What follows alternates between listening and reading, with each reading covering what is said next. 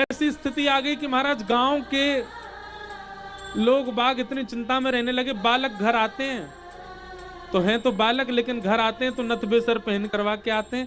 तो गांव के सब ग्रामीण जन लोगों ने अभी ते हमारे लालान को लाली बना रो, चुनरी उड़ाए दे, श्रृंगार कर दे, कोई नहीं जाएगा वहां।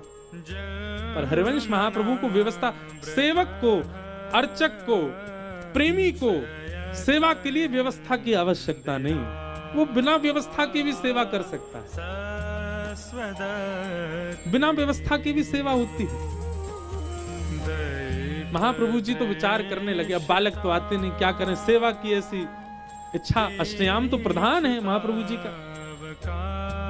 मन में आती क्या करें, तब आप वन में जाते, रामा जी वृक्षन को ही श्रृंगार कर देते, वन के फलन को यमनिया करके पधराते। तब लीला घटी कि वहां व्यास मिश्र जी आज अपने ठाकुर जी को श्रृंगार करके 56 भोग बनाए हैं। पकौड़ी बनाई, कचौड़ी बनाई, सब्जी बनाई, रायतो बनायो, पूड़ी बनाई और सबरो भोग पधराए करके श्री राधा मोहन जी के सन्मुख पधराए दियो, पधराए के पर्दा कर दियो। थोड़ी देर के काजी चले गए और जैसे ही लौट करके आए, पर्दा खोल के देखो तो पूड़ी, कचौड़ी, रबड़ी, जलेबी, रायतो सब अंतर ध्यान हो गयो। मां तो फल प्रकट है गए, राधा मोहन जी के सामने फल धरे। क्यों?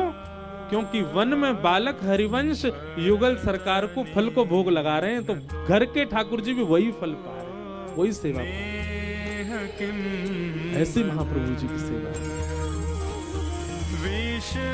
काहू लियो जप, काहू लियो तप, काहू महाव्रत साध लियो है, काहू लियो गुण, काहू लियो धन, काहू महाउन्माद हियो है। पर श्री हित हरिवंश महाप्रभु जी आप महाप्रसाद के उपास्य, ठाकुर जी को बिना निवेदित कोई भी वस्तु आप ग्रहण नहीं करते। इनकी ऐसी सुंदर घटना बता, रात्रि अर्धरात्रि को समय उठ के रोने लगे। मैया पिताजी दोनों उठ गए। कहा भयो लाला, भूख लगी है कछु पाऊंगो, प्यास लगी है कछु पीऊंगो, भोग ही पाऊंगो, बिना भूख के नहीं पाऊंगो। व्यास मिश्र जी बोले, अर्धरात्रि है रही है बालक, अर्धरात्रि में ठाकुर जी को थोड़ी उठावेंगे, ठाकुर जी की मंगला होएगी, मंगला होए के फिर बाकी बाद भोग लगेगा, तब फिर भोग पाए सको, अभी तो ऐसे ही पानो पड़ेगा। महाप्रभु जी के नाम में तो प्रसाद ही पाऊंगो और अब ही पाऊंगो। रोन लगे। अब तो माता पिता बड़ी चिंता में, ठाकुर जी को उठा नहीं सकते और बालक सोएगा नहीं जब तक इनको प्रसाद दे नहीं, क्या करें। महाप्रभु जी का रुदन सेज पे पौड़े भय श्यामा श्याम सुन रहे, और ठाकुर जी पौड़े पौड़े किशोरी जी से कह रहे हैं, देखो बालक हरिवंश रो रहे हो। श्री जी बोली, हाँ भूख लगी है, प्यास लगी है, लेकिन वाको नियम है, हमारे महाप्रसाद के बगैर कुछ पावे नहीं है। कहा करें। बहुत सावधानी से सुनो।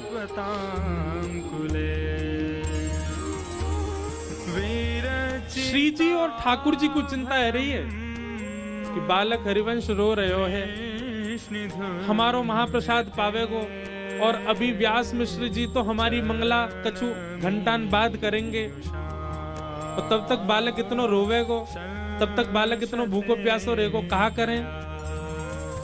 व्यास मिश्र जी को संकोच है रो, हमको उठावे में, हमारो भोग लगावे में, कहा करें। सोई कहा भयो, राधा मोहन जी सेवा के ठाकुर जी वे सचल है गए, और पास में रखे भय रात्रि की बंटा भोग की प्रसादी को नेक नेक अधरसों लगाए करके वह बंटा भोग को खोल करके सामने पधराए दियो। अब बालक को रोना बंद नहीं भयो। व्यास मिश्र जी बोले, अब कहा करूं, जे रो बंद नहीं करेगो, और ठाकुर जी के भी उत्थापन को समय नहीं भयो। तो बड़े संकोच के भाव से कि ठाकुर जी को कैसे उठाऊं, पर जैसे ही पर्दा हटा तो श्यामा श्याम तो पौड़े चदरिया ओढ़ करके, और सामने श्री चरणन में अंकित चंदन से युक्त चरणामृत रखो है, और पासी बंटा भोग खुले भय धरे, दोनों उनकी दतुइयां वामे स्पर्श भई भई। मानो श्री ठाकुर जी ने ही महाप्रसाद प्रकट कर दियो कि जाओ हरिवंश बालक को पधराए लगे। अब पिताजी थोड़ी सेवा में ले जाने लगे। कभी चवर की सेवा करावे, कभी झूला की सेवा करावे। एक दिन महाप्रभु जी चवर की सेवा कर रहे, पंखा जल रहे, बीजना की सेवा कर रहे। अच्छा, आप सेवा करते करते आपके नेत्र बंद है जाते और श्री श्यामा श्याम के संग मानसी में आप प्रवेश कर जाते महाप्रभु जी, छोटी अवस्था में। और फिर मानसी में, प्रकट में तो ठाकुर जी मंदिर में विराज रहे हैं, आप बीजना डुराए रहे हैं, पर मानसी में ठाकुर जी नित्य कुंज में हैं और वह कुंज में श्री हित सजनी के रूप में आप भी विराज रहे हैं। जैसे ही नेत्रबंद होते तो नेत्रबंद होते ही आप ठाकुर जी को बीजना डुराते, ठाकुर जी कहते अरे बस बीजना ही डुराती रहेगी, कछु सेवाऊ करेगी। हित सजनी बोली कहा सेवा करूं? बोले भोग तो पधराए दियो मैया ने, श्रृंगार तो कर दियो व्यास जी ने, पर मुझको अति प्रिय तीसरो भाव क्या राग नेक्स्ट सुनाए दो। राग के बगैर कैसे मन लगेगा? हरिवंश महाप्रभु आनंदित है गए और रास को पद गाए। मानसी में जाए करके श्री ठाकुर जी को रास को भाव सुना रहे हैं। आज गोपाल रास रस खेलत, आज गोपाल रास रस खेलत, आज गोपाल रास रस खेलत, आज गोपाल रास रस खेलत, आज गोपाल रास रस खेलत, आज गोपाल रास रस खेलत, पुलिन कल्प तरु तीर री सजनी, पुलिन कल्प तरु तीर री सजनी। भैया